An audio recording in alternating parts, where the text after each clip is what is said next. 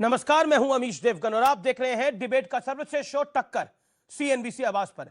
BJP अपनी जीत का जश्न मना रही है क्योंकि बिहार में धमाकेदार जीत के साथ उपचुनाव में देश भर में बीजेपी का जबरदस्त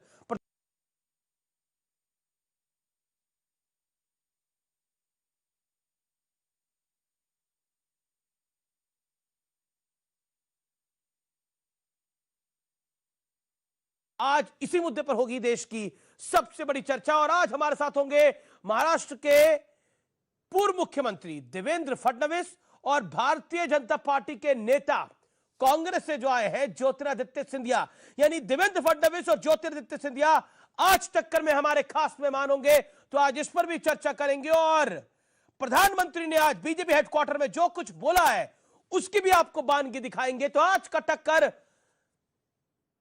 बहुत महत्वपूर्ण होगा, यानी आज के इस टक्कर के स्पेशल एडिशन में हमारे साथ कई दिग्गज जुड़ेंगे। पहले ये रिपोर्ट और फिर टक्कर का स्पेशल एडिशन। कल जो चुनाव नतीजे आए उसका निहितार्थ बहुत गहरा है, उसके मायने बहुत बड़े हैं। कल के नतीजों में देश की जनता ने फिर ये तय कर दिया है कि 21वीं सदी में देश की राजनीति का मुख्य आधार सिर्फ और सिर्फ विकास ही होगा। भारत माता की लालटेन के जमाना गई। ये डबल उड़ान बिहार के लिए नहीं सोच सकते। बिहार में फिर एक बार एनडीए सरकार बनने जा रही है।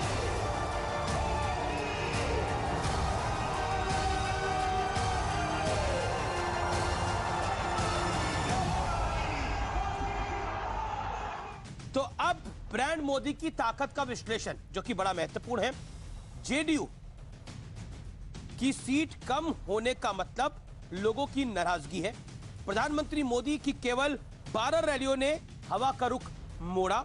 इसके अलावा पीएम मोदी ने 109 सीट कवर की, 66 पर जीत यानी 61% स्ट्राइक रेट रहा। 2015 के मुकाबले बिहार को 21 सीटें, बीजेपी को बिहार में 21 सीटें ज्यादा मिली, यानी फायदा हुआ। 10 राज्यों में जो विधानसभा सीटें थी उसमें बिहार बीजेपी को 40 सीटों पर जीत मिली, वहां पे भी स्ट्राइक रेट अच्छा है।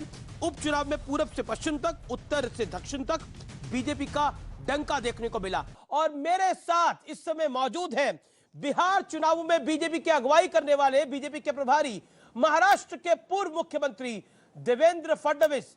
देवेंद्र फडणवीस जी, आपका अभिनंदन है न्यूज 18 पर। सबसे पहले तो थैंक यू। कोरोना को मात देकर आज आप हमारे बीच में हैं। कैसे हैं आप? स्वस्थ हैं, हेल्दी हैं, कैसा महसूस कर रहे हैं आप? जी, मैं बिल्कुल स्वस्थ हूँ और मेरे लिए आज का दिन दुगनी बधाई वाला दिन है, क्योंकि एक और आज ही मेरा टेस्ट भी निगेटिव आया है कोरोना का जी। और दूसरी ओर बिहार का इतना अच्छा रिजल्ट आया है, तो मुझे लगता है कि इसके चलते मैं बिल्कुल स्वस्थ हूँ और बिहार के रिजल्ट ने तो मेरा स्वास्थ्य और सुधार दिया है। जी, मतलब बिहार ने आपको कोविड में कहते हैं ऑक्सीजन लेवल कम हो जाता है, यानी आप में ऊर्जा और ऑक्सीजन दोनों को बहुत ज्यादा बढ़ा दिया, ये कहना चाहिए मुझे लगता है। जी जी, बिल्कुल बिल्कुल जी। चलिए अब नतीजों पर आते हैं। बिहार के नतीजों में पूरा दिन ऊपर नीचे रहा। मैं खुद कल रात करीब 2 बजे तक जागा रहा जब तक पूरे नतीजे आए, और आखिर में भारतीय जनता पार्टी सबसे बड़ी दबंग बन के निकली इन चुनावों के अंदर।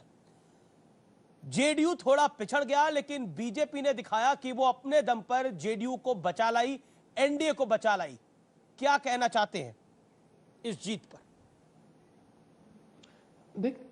देखिए, ये जो चुनाव है ये आदरणीय प्रधानमंत्री नरेंद्र मोदी जी ने पूरे देश में, बिहार सहित पूरे देश में विश्वास की जो एक लहर पैदा की है, उसका ये चुनाव था।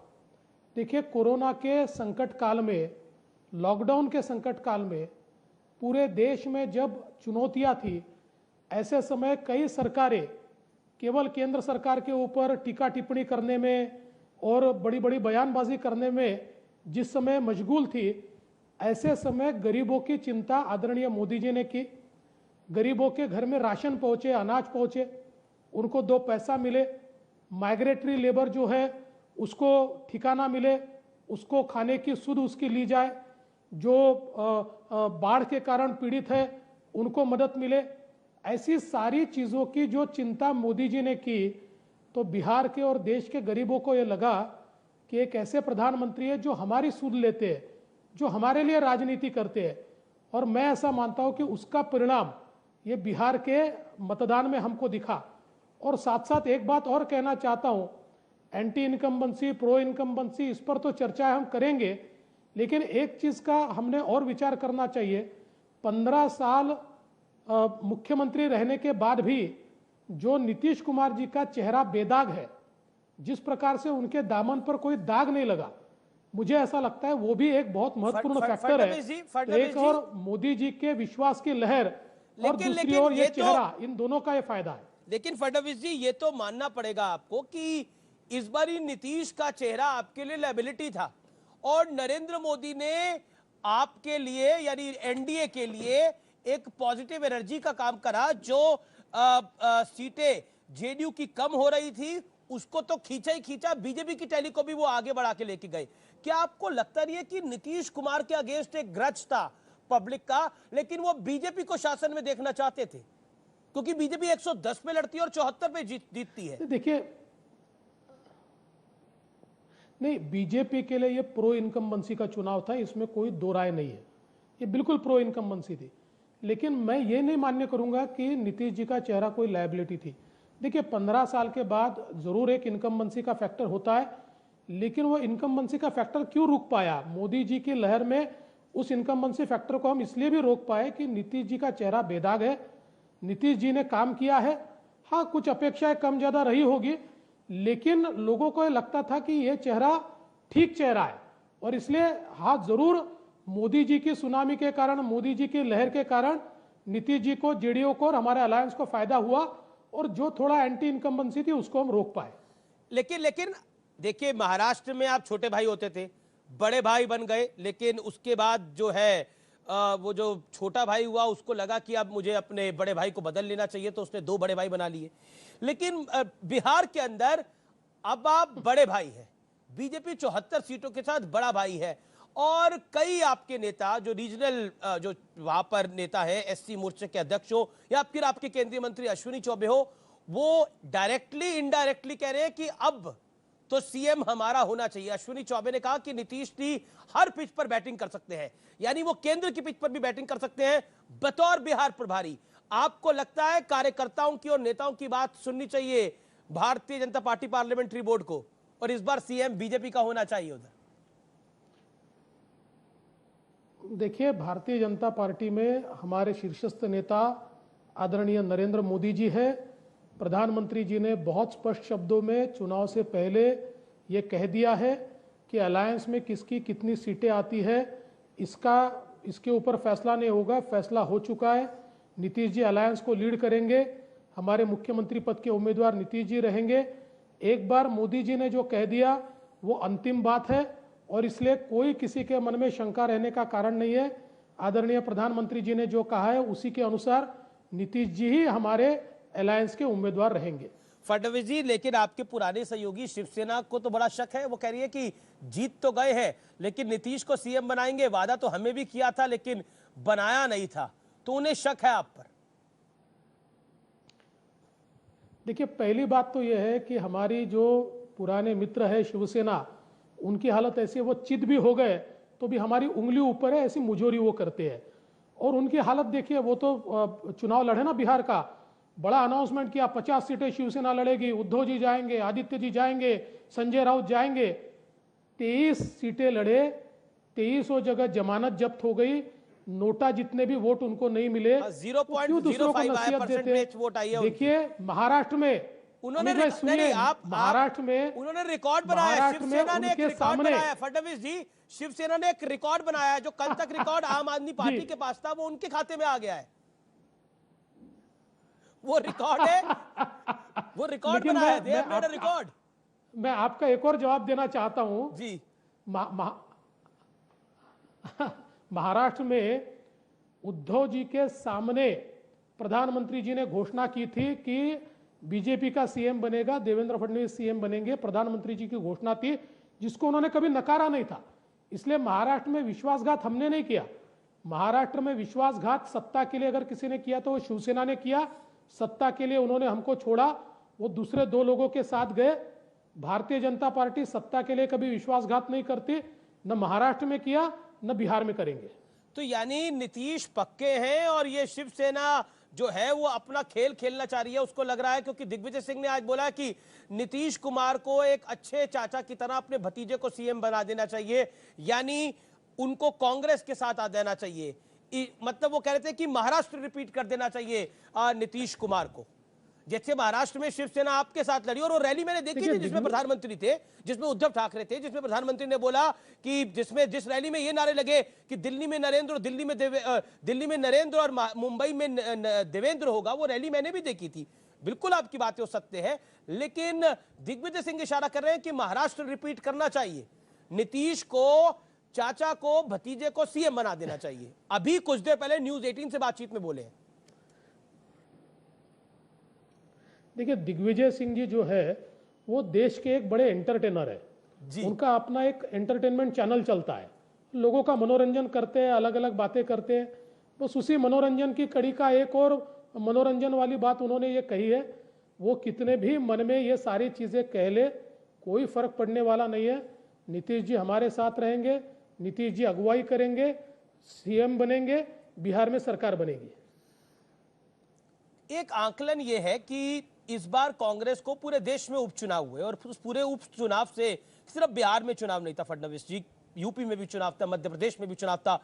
शिवराज सिंह चौहान भी हमारे साथ कुछ देर में लाइव होंगे और वो भी संवाद करेंगे अभी कुछ देर में। लेकिन मैसेज क्या है ओवरऑल, क्योंकि ऐसा माना जा रहा था इस कोविड काल के अंदर प्रधानमंत्री की लोकप्रियता बड़ी कम हो गई है, भारतीय जनता पार्टी रसातल में है, और लगातार जैसा ही ट्रंप की विदाई हुई यूएसए के अंदर, यानी वो चुनाव हारे, तो देश में एक माहौल बनने लग गया था। देखिए, ट्रंप का काम तमाम हो गया, नमस्ते ट्रंप हो गया, अब देश में नमस्ते बीजेपी और नमस्ते मोदी भी हो जाएगा। लेकिन तेलंगाना से उत्तर प्रदेश तक जो संदेश आया है वो कितना बड़ा है? देखिए, इस देश के लोगों का कर्मयोग पर पूरा विश्वास है और कर्मयोगियों के साथ ये देश जाता है। कुछ लोग ऐसे होते हैं जो केवल बोलते हैं जी, जैसे हमने कांग्रेस के नेताओं को देखा, कई नेताओं को देखा, ये केवल बोलते हैं, ये केवल टीका टिप्पणी करते हैं। लेकिन मोदी जी कर्मयोगी है। ये सारे काल में जिस प्रकार से मोदी जी देश का नेतृत्व कर रहे थे, पूरे दुनिया में मोदी जी अकेले ऐसे नेता है कि जिनका कद कोरोना में बढ़ा, जिनकी पॉपुलैरिटी कोरोना में बढ़ी, क्योंकि लोगों ने देखा कि ये व्यक्ति अपनी ताकत कोरोना से लड़ने के लिए, देश को बचाने के लिए, गरीबों को बचाने के लिए पूरा अपनी ताकत को ये व्यक्ति खर्चा कर रहा है।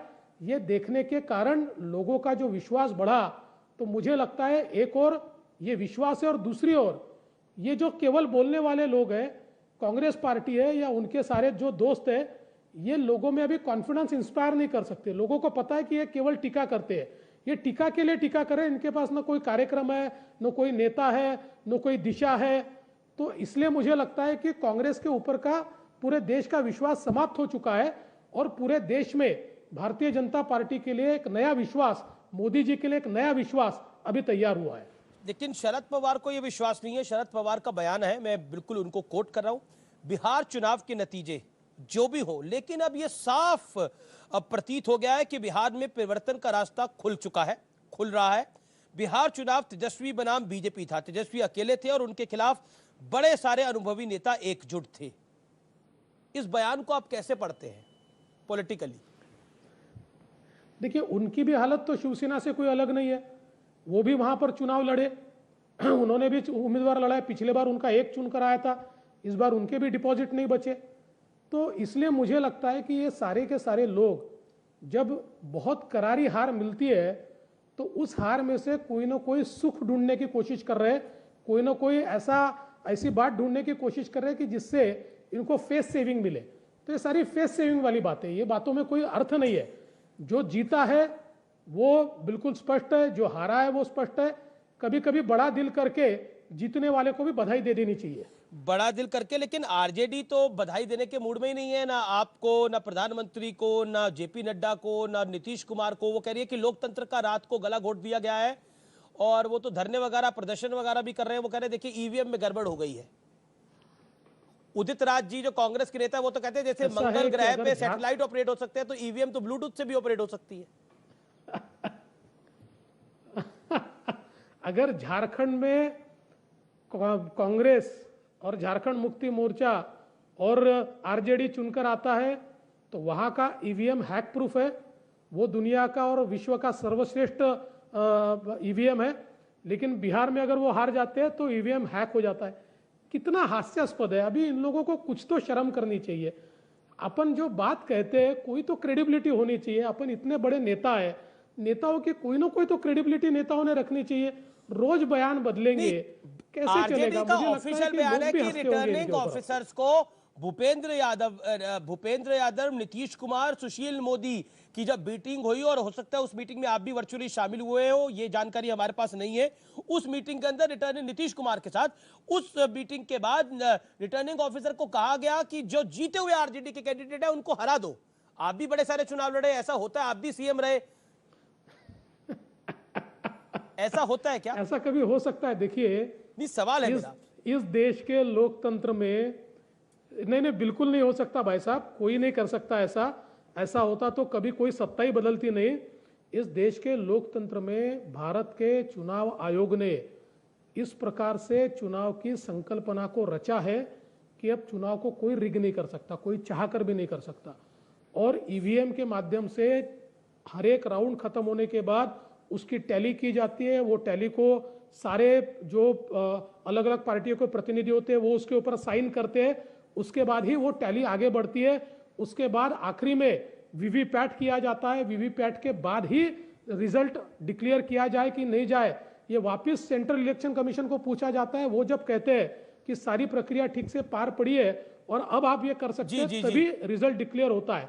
तो मुझे लगता है खिसियानी बिल्ली खंबा नोचे, इस प्रकार की अवस्था है। मेरा आपसे इंपॉर्टेंट सवाल है कि मध्य प्रदेश में सरकार पलट गई, ज्योतिरादित्य सिंधिया आपकी तरफ आ गए और अब तो वोटों की जो गिनती हुई, सीटें भी कल बीजेपी की धमाकेदार वहां पर आई, शिवराज सिंह चौहान की अगुवाई में सरकार चलेगी। महाराष्ट्र में आपको स्थिति क्या दिखती है? क्योंकि महाराष्ट्र में भी ये जो सरकार है ये बहुत ही जबरदस्त जोड़ तोड़ की सरकार है। कांग्रेस शिवसेना के साथ, शिवसेना कांग्रेस के साथ, एनसीपी उनके साथ, तो कहीं ना कहीं खींचम खाची, और जो नंबर 1 पार्टी है वो विपक्ष में बैठी है। क्या कहना चाहते हैं आप? क्योंकि पीछे आपकी मुलाकात भी हुई थी संजय राउत से, बड़ी सारी अटकलें लगाई गई। नहीं, वो मुलाकात का इससे कोई संबंध नहीं है। मैं बहुत साफ कहता हूं, हम कोई सरकार बनाने के लिए अभी बहुत लालयित नहीं है, क्योंकि हम जानते हैं अपने बोझ से ये सरकार चरमराएगी, अपने बोझ से ये सरकार गिरेगी। और अब महाराष्ट्र में जितना अनरेस्ट इस सरकार के खिलाफ खड़ा हुआ है, विशेष रूप से किसानों में इतना भयानक अनरेस्ट है कि आप जिसकी कल्पना नहीं कर सकते। किसानों की दिवाली काली हो रही है। इतनी विपदा किसानों के ऊपर आने के बाद इस सरकार ने उनको कोई मदद नहीं की है। हम तो विपक्ष में बैठे, विपक्ष का रोल पूरी ताकत के साथ अदा कर रहे हैं और जब तक विपक्ष में है तब तक ताकत से विपक्षी भूमिका करेंगे। जिस दिन अपने बोझ से यह सरकार गिरेगी उस दिन अल्टरनेट सरकार देंगे। जी, लेकिन क्या आपको लगता है वो बोझ, क्योंकि अब काफी समय हो गया इस सरकार को, क्या आपको लगता है ये बोझ 5 साल वो ले पाएंगे या उससे पहले कुछ होगा? टाइमलाइन मुझे लगता नहीं कि ऐसा बोझ 5 साल कोई ढो सकता है, क्योंकि महाराष्ट्र की या देश की अगर हम राजनीति का इतिहास देखें तो कहीं पर भी ऐसी सरकारें साल 1.5 साल से ज्यादा नहीं चल पाई, कहीं पर भी नहीं, चल ही नहीं सकती है। इसलिए हम लोग इंतजार कर रहे हैं, हमको कोई जल्दबाजी नहीं है, ये अपने बोझ से गिरेगी। क्योंकि कई सारे व्यक्तिगत मामले भी आए, कंगना रनौत हो खास तौर पर, और भी कई सारे मामले आए, उन पर आपकी टिप्पणी क्या होगी? नहीं, देखिए, एक तो इस सरकार में फ्रीडम ऑफ स्पीच बचा नहीं है। बोलने वालों के ऊपर कार्रवाई होती है, जो लोग सरकार के खिलाफ लिखते हैं उनके ऊपर कार्रवाई होती है, जो लोग सरकार के खिलाफ ट्वीट करते हैं उनको जेल में डाला जाता है। एक अघोषित इमरजेंसी इस सरकार ने बिल्कुल लगाई हुई है। और ऐसे समय जब सत्ता इतनी निरंकुश हो जाती है तो उसका पतन शुरू हो जाता है। इन निरंकुश सत्ता की ओर जा रहे हैं, इनका पतन जल्दी होगा। बहुत बहुत शुक्रिया। लेकिन आखिरी में मेरा सवाल होगा, चिराग पासवान आइडिया किसका था? आपका था, अमित शाह जी का था, जेपी नड्डा जी का था? किसका था आइडिया चिराग पासवान को अलग से प्रोपोगेट करने का? देखिए, चिराग पासवान का खुद का आइडिया था जो गलत था, और वो गलत सिद्ध हो गया, और उसके कारण उनका भी व्यक्तिगत रूप से नुकसान हुआ। केंद्र में आपके साथ है चिराग पासवान, मंत्री बनेंगे अब? हाँ, अभी तक तो है, क्योंकि पासवान जी का हम बहुत आदर करते हैं। रामविलास जी हमारे बहुत सुलझे हुए और बड़े नेता रहे हैं, तो निश्चित रूप से अभी भी वो हमारे साथ में है। लेकिन अब आगे का भविष्य तो अब सारी चर्चाओं के बाद पता चलेगा। बहुत बहुत शुक्रिया Devendra Fadnavis, thank you so much and compliments to you कि आपकी अगुवाई के अंदर भारतीय जनता पार्टी ने बड़ी जीत दर्ज करी। आप प्रभारी थे, हालांकि पार्टी का पूरा साथ था। Thank you so much. Jyotiraditya Scindia joins me tonight. Jyotiraditya Scindia, अभिनंदन है आपका, और आपने जो कहा वो करके दिखा दिया। मध्य प्रदेश के अंदर बीजेपी की सरकार धमाके के साथ बनवा के दिखा दी। Your first reaction to this, Scindia साहब? अमीश, बहुत बहुत धन्यवाद। आपने मुझे आपके चैनल पर आमंत्रित किया, और आपको और आपके द्वारा आपके दर्शकों को मेरे तरफ से नमस्कार। ये जीत जो हुई है, ये जनादेश की जीत हुई है। जनता के समक्ष हम लोग सब भारतीय जनता पार्टी के कार्यकर्ता के रूप में हम लोग नतमस्तक हैं, और ये जीत का श्रेय अगर किसी को जाता है तो प्राथमिक तौर पर हमारे यशस्वी प्रधानमंत्री नरेंद्र मोदी जी, हमारे अध्यक्ष जेपी नड्डा जी, और हमारे गृह मंत्री अमित शाह जी की जो जन कल्याण की योजना है केंद्र में, जिससे हर व्यक्ति हर राज्य में प्रभावित है। और उसी के साथ राज्य में शिवराज सिंह जी की सरकार, हमारे राज्य के प्रदेश अध्यक्ष बीडी शर्मा जी, हमारे संगठन मंत्री सुहास भगत जी, और सारे नेताओं और पोलिंग बूथ के कार्यकर्ताओं ने जिन्होंने जी जान लगाई इस चुनाव को जीतने के लिए। तो हम इस जनादेश के समक्ष हम लोग नतमस्तक हैं, हम लोग संकल्पित हैं। जो विकास और प्रगति का संदेश हमने दिया 5 महीने के अंदर मध्य प्रदेश की जनता को, प्रादेशिक स्तर पर, विधानसभा के स्तर पर, उसी का नतीजा आज इस जनादेश में आया है, और वही संकल्प को हम अगले 3 साल में भी पूरा करेंगे। सिंधिया साहब, मेरा इंपॉर्टेंट सवाल है कि ये डबल धमाका है। बिहार में भी बीजेपी लेड एनडीए की सरकार बन रही है, हालांकि नीतीश कुमार सीएम होंगे, और शिवराज सिंह चौहान की भी वापसी हो रही है। लेकिन इस चुनाव को बड़ा महत्वपूर्ण चुनाव माना जा रहा था, जो पूरे देश में उपचुनाव हुए और जो बिहार का चुनाव हुआ, क्योंकि ये कोविड काल के बाद का चुनाव था। तो क्या आपको लगता है कि नरेंद्र मोदी फैक्टर है देश भर में, जिसको राइट ऑफ करने की पिछले 7 महीने में भी भरपूर कोशिश हुई, और खासतौर पे जब से ट्रंप चुनाव वहां पर हारे, या फिर जो भी अमेरिका के चुनाव में हुआ उसमें भारत का चुनाव का कोई लेना देना नहीं है, लेकिन जिस तरह से कहा गया अब नमस्ते ट्रंप हो गया तो नमस्ते मोदी भी हो जाएगा देश भर में? देखिए, कई ऐसे लोग हैं जो जनता से कटे हुए होते हैं, और जिस व्यक्ति ने अपना पूरा जीवन जनसेवा के लिए समर्पित किया हो, हर पद पर रहकर केवल एक ही लक्ष्य रखा हो कि जन कल्याण हो, वो व्यक्ति ने 130 करोड़ जनता के दिल में स्थान पाया है। उनका नाम है आदरणीय नरेंद्र मोदी जी। और जो भी लोग जनादेश को नकारने की कोशिश करते हैं, और जिस व्यक्ति ने लोगों के दिल में स्थान पाया है उसे नकारने की कोशिश करते हैं, उनको ही जनता जनादेश के आधार पर नकारता है। और यही आपने मध्य प्रदेश में देखा है, यही आपने गुजरात में देखा है, यही आपने कर्नाटक में देखा है, यही आपने बिहार में देखा है। लेकिन इस चुनाव को 15 साल बनाम 15 महीने का नाम दिया गया। 15 महीने के काम की बात की गई। कमलनाथ ने, जो कि पूर्व सीएम है, क्या कहना चाहते हैं आप? 15 महीने में वहाँ एक मुख्यमंत्री नहीं थे अमीश, वहाँ एक सीएम थे, एक सुपर सीएम थे। सीएम कमलनाथ जी थे, सुपर सीएम दिग्विजय सिंह जी थे, और इन दोनों की जोड़ी ने बहुत काम किया मध्य प्रदेश में। इतना भ्रष्टाचार किया उस सरकार ने ऊपर से नीचे तक, और उसी के साथ जो वचन पत्र था, जो वे कहते थे कि हमारा धर्म ग्रंथ है, उसे कागज के टोकरी में फाड़ के फेंकने का काम इन दोनों ने किया। और जब इन विषयों को मैंने उठाया तो मुझे सलाह दी गई आदरणीय कमलनाथ जी के द्वारा कि सड़क पे उतरो, तो मैं सड़क पे उतर गया। एक चीज, कुछ बेहद आपत्तिजनक बयान भी कांग्रेस की तरफ से आए। एक कैंडिडेट ने कहा कि ये भूखा नंगा है मौजूदा जो सीएम है शिवराज सिंह चौहान, और इमरती देवी को लेकर तो पूर्व मुख्यमंत्री की टिप्पणी इतनी भद्दी थी कि उसको यहां पर बोलना भी सार्थक नहीं होगा। आइटम शब्द का इस्तेमाल किया, हालांकि इमरती देवी चुनाव अपना हार गई। सब जो शब्द उपयोग किए गए इमरती जी के प्रति, मेरे प्रति जो शब्द कांग्रेस ने उपयोग किए हैं, मैं तो उसको दोहराना भी नहीं चाहता। मैंने मंचों से जवाब नहीं, दिया मैं बता देता हूं, मैंने तो कुछ ट्वीट्स को पढ़ा और कुत्ते तक के शब्द बोले गए, माफी करिए लेकिन ये शब्द बोला गया, मतलब इस तरह के शब्द बोले गए जो कि ट्विटर टाइमलाइन पे सबके अवेलेबल है। मुख्यमंत्री के बारे में नालायक बोला गया, भूखा नंगा बोला गया, मेरे द्वारा क्या क्या नहीं बोला गया। और मुझे तो आश्चर्य है कि लोग कैसे गिरगिट की तरह रंग बदलते हैं। जब मेरे पूज्य पिताजी 30 साल कांग्रेस में थे और अपने जीवन के अंतिम सांस तक उस पार्टी की सेवा की, जब मैं 20 साल कांग्रेस में था, तब इन लोगों के मुंह क्यों बंद थे? तब इन्होंने इन शब्दों का प्रयोग क्यों नहीं किया?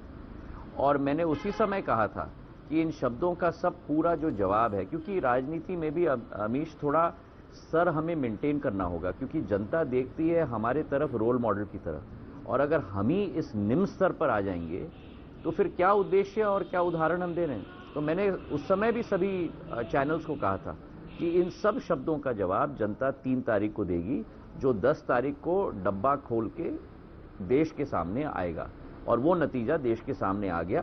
इन शब्दों का जिन प्रयोग किया गया कमलनाथ जी और दिग्विजय सिंह जी को, जवाब मध्य प्रदेश की जनता ने दे दी। एक इंपॉर्टेंट सवाल, क्योंकि कई मंत्री चुनाव हार गए हैं, तुलसी सिलावट, महेंद्र सिंह, इमरती देवी चुनाव हार गई हैं। ये प्रत्याशी बड़े मार्जिन से जीते हैं, क्या ये बीजेपी के लिए?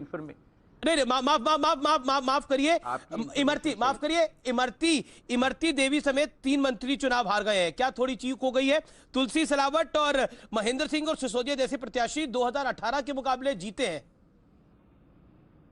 बड़े मार्जिन से जीते हैं वो लोग। 2018 के मुकाबले जी देखिए, इस चुनाव में जरूर हमारे कुछ प्रत्याशी निकल नहीं पाए। अब जनादेश है, जनादेश के समक्ष हम लोग नतमस्तक हैं, और पर मैं मानता हूं कि जो एक अभूतपूर्व जीत हुई है, इसमें 28 सीटों में से 19 से 20 सीट भारतीय जनता पार्टी जीती है। और जो लोग कांग्रेस के अंदर कहते थे कि अगर एक सीट भी बीजेपी जीतेगी तो हम राजनीतिक संन्यास लेंगे, खास करके पूर्व नेता प्रतिपक्ष अजय सिंह ने ये मंच से कहा था, तो मैं आपके चैनल के द्वारा उनसे विनम्रपूर्वक निवेदन करना चाहता हूं कि कृपा करके संन्यास न लें, क्योंकि जितने दिन वे राजनीति में रहेंगे उतना बेहतर प्रदर्शन भाजपा के लिए होगा, क्योंकि जनादेश उनके। लेकिन आप जिनकी बात कर रहे हैं सिंधिया जी, वो तो बिहार में आपकी पार्टी की जीत हुई है। दिग्विजय सिंह कह रहे हैं कि नीतीश कुमार बड़े हैं, वो चाचा है, उनको भतीजे को सीएम बना देना चाहिए, तेजस्वी को सीएम बना देना चाहिए, यानी महाराष्ट्र रिपीट कर देना चाहिए। जो लोग जनादेश को नकारने की कोशिश करते हैं, आदरणीय दिग्विजय सिंह जी ने भी ये भी कहा कि मध्य प्रदेश में ईवीएम टैंपरिंग हुआ है इसलिए भाजपा जीती है। तो जिनका एक खिलाड़ी का स्पिरिट ना हो, हार हो तो गलत और जीत हो तो सही, जिनका एक मैं मानता हूं कि एक विनम्रता होनी चाहिए हार में भी, और विनम्रता होनी चाहिए जीत में भी। जो जनादेश, अभूतपूर्व जनादेश हमें मिला है, इससे जरूर खुशी तो हुई है हमको, पर इसके साथ एक बड़ी जिम्मेदारी भी हमको मिली है, और उस जिम्मेदारी पर संकल्पित होकर हम लोग जमीन पर उतरेंगे। ये विश्वास आपके चैनल के द्वारा हम मध्य प्रदेश की जनता को भी देना चाहते हैं। लेकिन आप बात करें, राहुल गांधी ने भी मोदी वोटिंग मशीन कहा था बिहार चुनाव के अंदर ईवीएम को, और कल से तो ईवीएम का रोना आप देख ही रहे हैं, शुरू हो चुका है कि ईवीएम गलत थी। कोई कह रहे मंगल ग्रह, अगर मंगल ग्रह से सैटेलाइट ऑपरेट हो सकते हैं तो ईवीएम क्यों नहीं ब्लूटूथ से ऑपरेट हो सकती, ये तक कहा जा रहा है कुछ नेताओं द्वारा। देखिए, मैं दोबारा कह रहा हूं कि जो जनादेश को नकारेगा उसे जनता नकार देगी, और इसीलिए कांग्रेस की आज ये स्थिति हो चुकी है। मेरा बड़ा इंपॉर्टेंट एक राजनीतिक दल जनता से कटती जाएगी, उतना ज्यादा जनता उस राजनीतिक दल से कटती जाएगी। क्या आपको लगता है ये जो जीत है इसमें मोदी फैक्टर था, शिवराज सिंह चौहान का मामा फैक्टर था, जरूर था, या ज्योतिरादित्य सिंधिया फैक्टर था? नहीं, मैं मानता हूं कि अगर इसमें कोई फैक्टर था तो आदरणीय प्रधानमंत्री जी का फैक्टर जरूर था, और इसी के साथ जो भाजपा का एक एक कार्यकर्ता ने ये चुनाव लड़ा जैसे कि वो स्वतः का चुनाव है। मैंने पहली बार भारतीय जनता पार्टी के अंदर रहकर इस तरीके का एक चुनावी संग्राम को देखा है कि किस तरीके से भारतीय जनता पार्टी का एक एक कार्यकर्ता लामबंद होकर पूरी तरह से लग जाता है। और मैं नतमस्तक हूं हमारे भारतीय जनता पार्टी के कार्यकर्ताओं के प्रति कि उन्होंने जिस मेहनत और लगन के साथ कार्य किया हो, पूरा श्रेय उनको जाता है और हमारे संयुक्त नेतृत्व को जाता है, जिसमें शिवराज सिंह जी हैं, विष्णुदत्त शर्मा जी हैं, उमा भारती जी हैं, कैलाश विजयवर्गीय जी हैं, नरोत्तम मिश्रा हैं, नरेंद्र सिंह जी हैं, समस्त नेतृत्व को जाता है। दिग्विजय सिंह का कहना है, एक आखिरी सवाल, कि सिंधिया के जाने के बाद लोग कह रहे थे कि पार्टी खत्म हो जाएगी, लेकिन ग्वालियर चंबल में नई कांग्रेस अब खड़ी हो चुकी है और खड़ी हो गई है। उनको बहुत बहुत शुभकामनाएं मैं देना चाहता हूं। वे मेरे बुजुर्ग हैं, मैं उनके विरुद्ध कभी भी गलत शब्दों का प्रयोग नहीं करूंगा। मैं उनको शुभकामनाएं देना चाहता हूं और इससे ज्यादा मैं और कुछ नहीं कहना चाहता। बहुत बहुत शुक्रिया ज्योतिरादित्य सिंधिया हमें ज्वाइन करने के लिए, अपनी बात को रखने के लिए। मेरे साथ बात करने के लिए इस समय अभय दुबे हैं कांग्रेस से। अभय दुबे, मैं आपका रुख करता हूं और मेरा सीधा सवाल आपसे। अभय दुबे, मैं आपसे जानना चाहता हूं, जो कि इस समय महत्वपूर्ण है, कि कांग्रेस का प्रदर्शन और स्ट्राइक रेट दोनों बड़ा खराब रहा है पूरे देश के अंदर। क्या कहना चाहते हैं, क्योंकि उत्तर प्रदेश में तो कई जगह आपकी जमानत जब्त हो गई। अमीश देवगन जी, उपचुनाव के संदर्भ में तो मैं यही कहूंगा कि जहां भी सरकार होती है, उपचुनाव आमतौर पर सरकारों की तरफ झुकता है।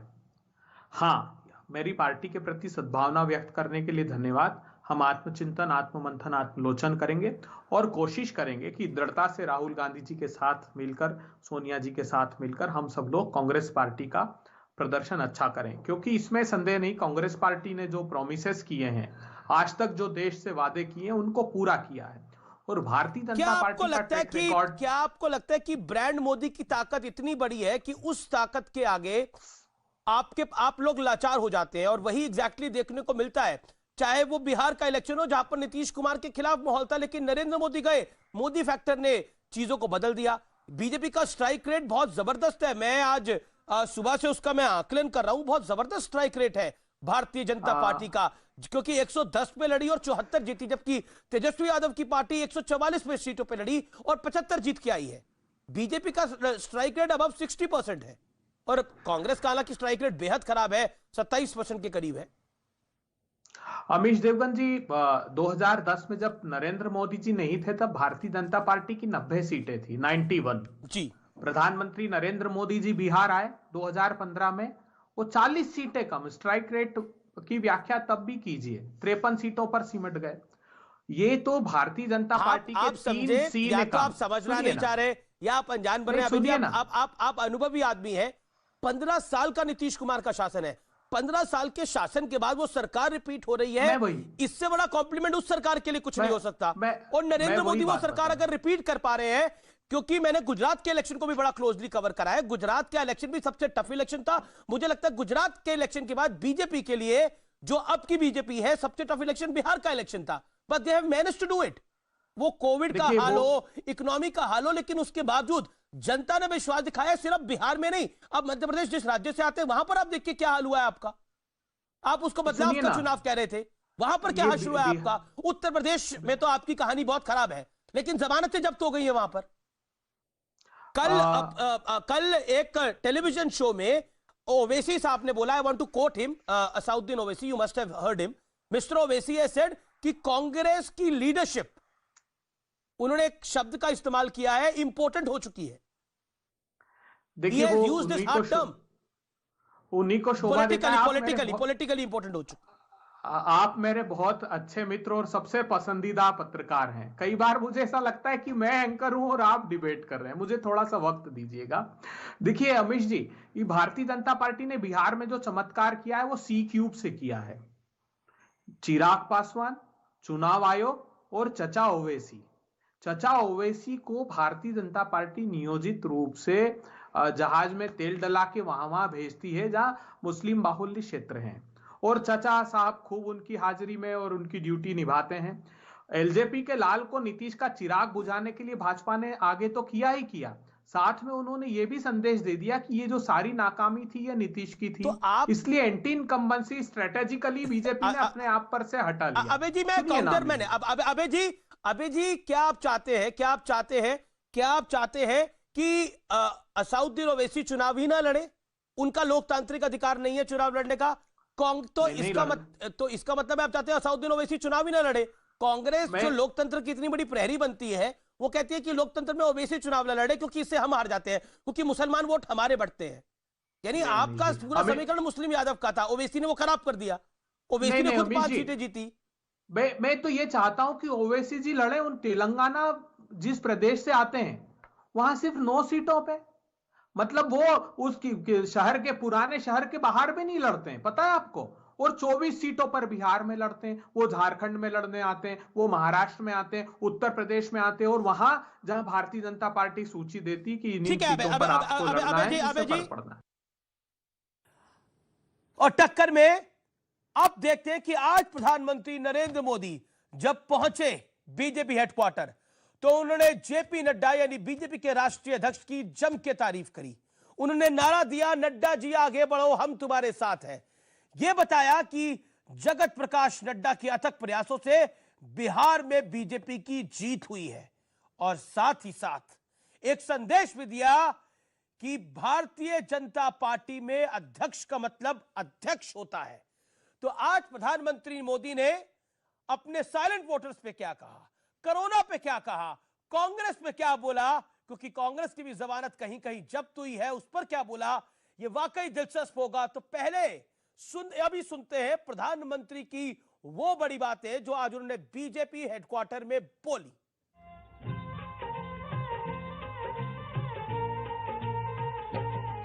है प्रीत जहां की रीत सदा, है प्रीत जहां की रीत सदा, मैं गीत वहां के गाता हूँ, भारत का रहने वाला हूँ, भारत की बात सुनाता हूँ, है प्रीत जहां की रीत सदा।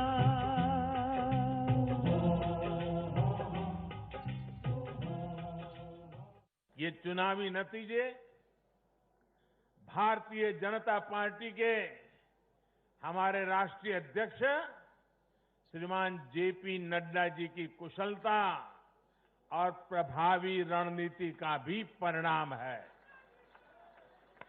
नड्डा जी को जितनी बधाई दें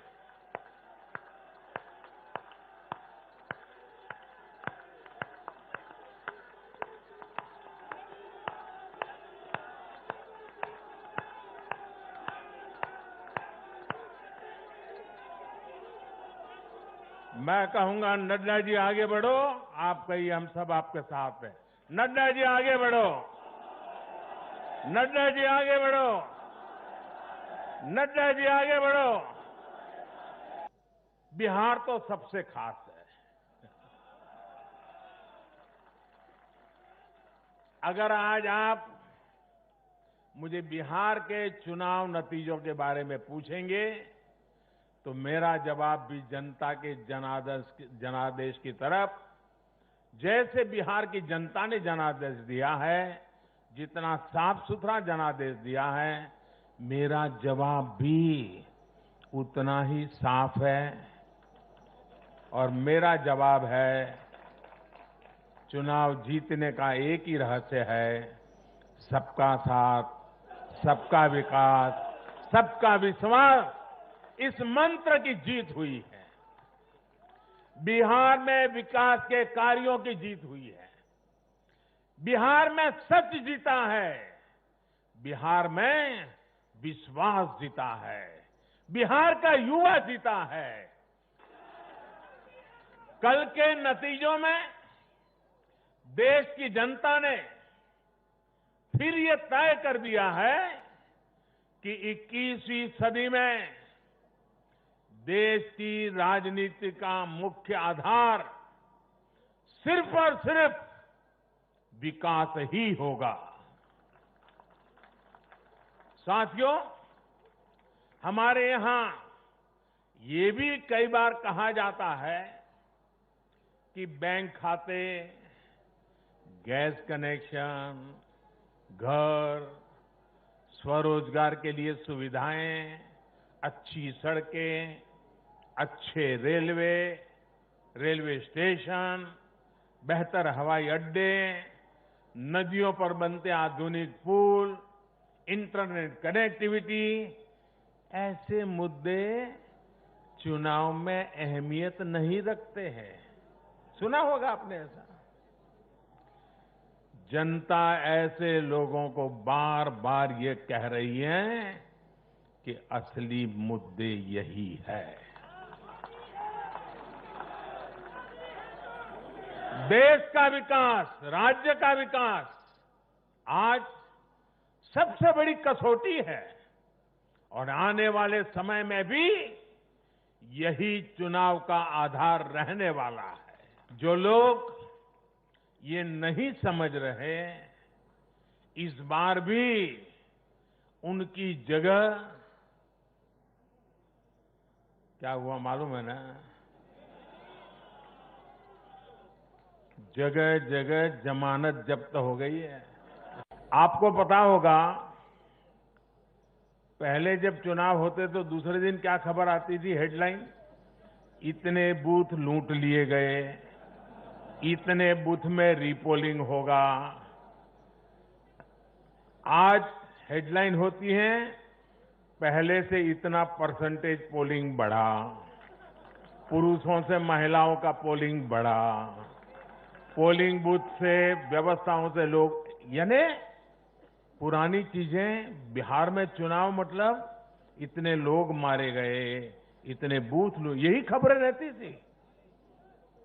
एक भी पोलिंग बूथ में रीपोलिंग न होना, शांतिपूर्ण मतदान होना और कोरोना के कारण मतदान कम होगा, ये सारी आशंकाओं को जहां जहां चुनाव हुआ लोगों ने निरस्त कर दिया। यही तो देश की ताकत है। भारत के लोग, 21वीं सदी के भारत के नागरिक बार बार अपना संदेश स्पष्ट कर रहे हैं। अब सेवा का मौका उसी को मिलेगा जो देश के विकास के लक्ष्य के साथ ईमानदारी से काम करेगा। हर राजनीतिक दल से देश के लोगों की यही अपेक्षा है कि देश के लिए काम करो, देश के काम से मतलब रखो। हम हर वो फैसला लेंगे जो देश हित में हो, देश के लोगों के हित में हो।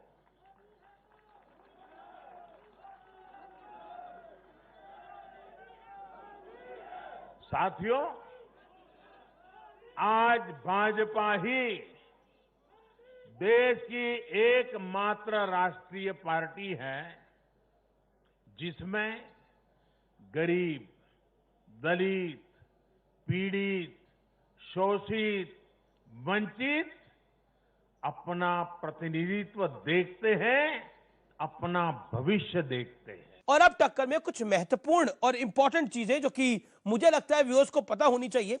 हालांकि पिछले 3 दिन यह चला कि तेजस्वी यादव ने बड़ा भारी प्रदर्शन किया है। हां, एक अच्छा प्रदर्शन आप इसको कह सकते हैं, लेकिन मैं आपके सामने कुछ तथ्य एवं फैक्ट्स को रखना चाहता हूं जो कि बड़ा इंपॉर्टेंट है।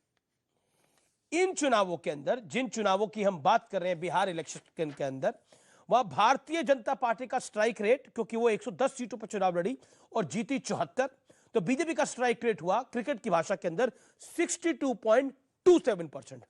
जेडीयू का स्ट्राइक रेट, जो 115 सीटों पर चुनाव लड़ी, बीजेपी से ज्यादा लेकिन जीती 43, उसका स्ट्राइक रेट हुआ 37.04%। अब मैं आरजेडी की बात कर रहा हूं, जिसका बड़ा धमाकेदार चुनाव माना जा रहा है। 144 सीटों पर चुनाव लड़ी आरजेडी, 75 जीतती है। 2015 के मुकाबले करीब करीब 73 सीटें कम। 2015 में आरजेडी 101 पे लड़ी थी और 80 पे जीती थी। यानी वहां पे आप देखिए और यहां पर हाल देखिए, और बीजेपी से कम का स्ट्राइक रेट, लेकिन प्रदर्शन बेहतर है। बीजेपी 110 पे लड़ती है, 174 पे जीत रही है। आरजेडी 144 पे लड़ती है, 75 पे जीत रही है, एक सीट ज्यादा। और सीटें कितनी ज्यादा लड़ी? 34। तो ग्राउंड रियलिटी को समझना चाहिए।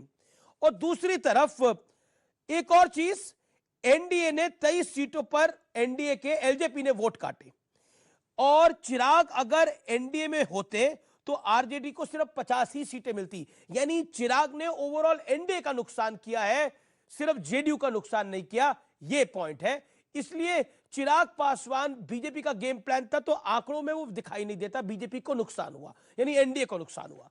तो ये कुछ तथ्य और आंकड़े थे, तो मुझे आपके समक्ष रखने थे। तो फिलहाल टक्कर के इस एडिशन में इतना ही। आज का निष्कर्ष यही है कि कई बार धूल आईने पे होती है, लेकिन आप चेहरा साफ करते रहते हैं। कांग्रेस के लिए एग्जैक्टली यही है। उनकी उत्तर प्रदेश में 3 सीटों पर जमानत जब्त होती है। बिहार के अंदर सबसे कम स्ट्राइक रेट 27% रहता है, लेकिन फिर भी they don't want to smell the coffee. वो इलेक्शन कमीशन पर ठीकरा फोड़ते हैं, ईवीएम को मोदी वोटिंग मशीन कहते हैं, जैसे राहुल गांधी ने बोला, और मीडिया को निरंतर कोसते रहते हैं। इन सबसे कुछ नहीं होता, जमीन पे काम करना पड़ेगा। उसके अलावा कोई सोल्यूशन नहीं है ये तमाम राजनीतिक पार्टियों के लिए। इसलिए मीडिया वही दिखाता है जो दिखता है। फिलहाल टक्कर के इस एडिशन में इतना ही। आप देखते रहिए सीएनबीसी आवाज। नमस्कार।